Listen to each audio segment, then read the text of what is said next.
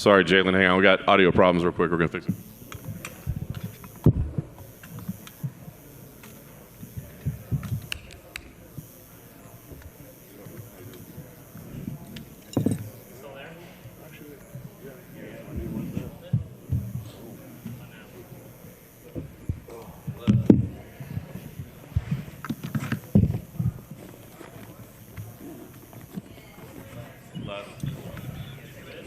Is this thing working? Just to make sure. Yeah. All right. We're good now. Sorry about that, Jalin. You had to kind of put off the Australia-New Zealand City Kickboxing Hit Tour. Was that disappointing? Nah, it's not disappointing at all. Yeah, it is what it is. You end up with Mateusz Gamrot, though, who, I mean, obviously from a rankings perspective, maybe not as well known maybe as Hooker, but from a rankings perspective, a more important fight. Does this feel like a bigger fight, a bigger matchup for you? Yeah, it definitely feels a lot bigger to me. You know, he's ranked above me, so inevitably, you know, it's more important. Definitely. A style change, though, right? I mean, I guess what I want to know is how much change did you have to make yourself in preparation? Like, was this a major impact to you, or at this point in your career, or do you just kind of stick to what you do?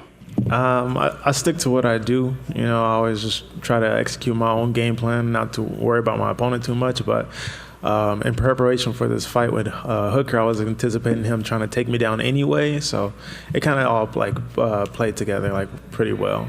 Very nice. Last thing for me, I mean, you've been on this upward trajectory, but here we go, main card, top 10 matchup, you know, I mean, 6 straight wins, you walk out here. I mean, what's the goal here? You start calling out numbers, you start calling out names, what's the plan after this? Man, the plan is just get this one over with first, get the hand raised, get that 6th consecutive finish, and then we see what the company wants me to do after that. Jalin, over here. I saw an interview where you said your ultimate goal is you're chasing greatness. Is Gamrot, a win over Gamrot, does that get you further, like closer to that than a win over Dan Hooker would have had you? Oh, yeah, definitely. A lot sooner. Because I feel like, you know, the last question that people want to answer is, oh, how's Jalin's grappling? How's this? How's that? So, you know, a victory over Mateusz would definitely solidify a lot of those doubts in people's mind about my grappling accolades and my takedown defense. So, you know, I'm ready for the challenge. He came in with a lot of hype in the UFC. He was a champion, KSW and stuff. Were you aware of him before he signed for the UFC and started to climb? No.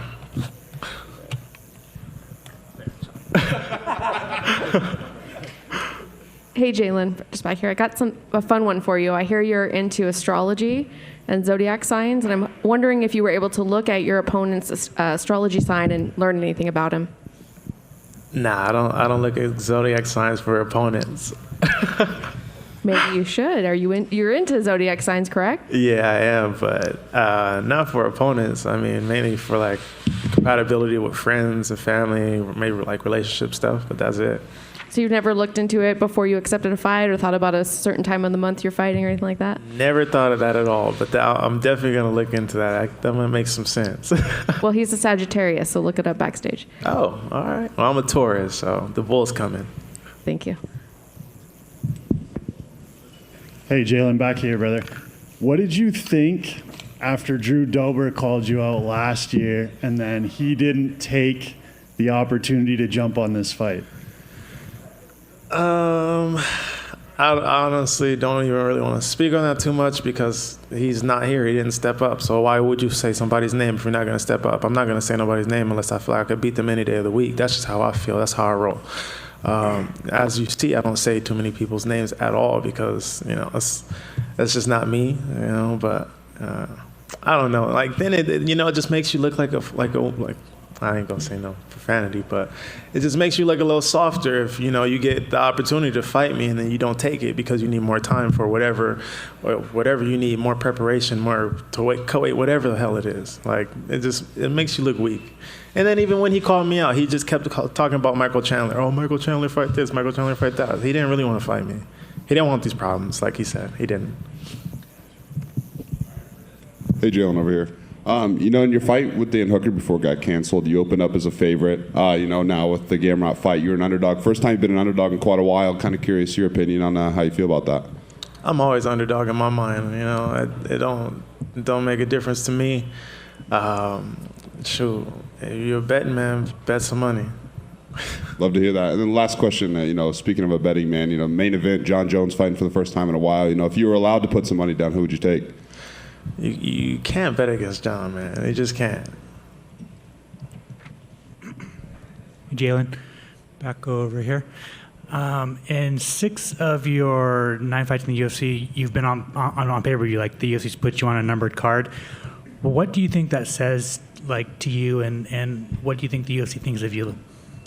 That I'm an exciting fighter and I could sell out fucking arenas one day. I don't have to talk and use the gift of gab. I just let my skills pay the bills and just keep finishing these fighters. And then just one final one for me. When you're training dogs, has a dog ever bit you on accident? Yep, my own dog has bit me on accident. I got a scar on my leg from it, but I still love that motherfucker. Awesome, thanks, man. Hey, Jalin, way back here. Jalin, obviously you've always stood out, but these last few fights, you've just obviously really just leveled up, so to speak, in a lot of fans' minds. What do you think has clicked in these last several fights that maybe didn't earlier in your career? Man, a lot has clicked in the octagon and outside of the octagon. I got with my coach Ozzy. He helped my grappling a lot, and then me and Anthony, we've been undefeated having him in my corner. I just got better versed in the coaching aspect. I got better coaches around me, and my mindset just changed. I just look at it as like the clock's ticking, so I take everything importantly and I take everything into accountability, and I just leveled up my training. I've always been kind of a talented guy, so I kind of relied on my talent, and now I just started to work a little bit harder, so it's paying off. I know obviously you talked about this is a bigger fight. Just looking at the division and the fact that you didn't get to fight Dan Hooker, was part of you wanting Volkanovski to win? That way you could kind of complete that circuit of the Australian fighters at lightweight? Man, you know what? I ain't got nothing against the Australians. None of those dudes.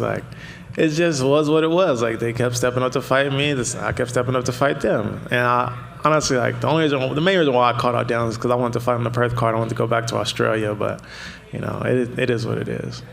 Thank you. That's it. All done. Yeah, Jen. One last question about the main event. What is your opinion about Jones and Gain? Who is your favorite? I like both the guys. I trained with John a long time ago when I was an amateur, so I know him personally. Gain is a good guy. I'm really excited to see him showcase his skills too.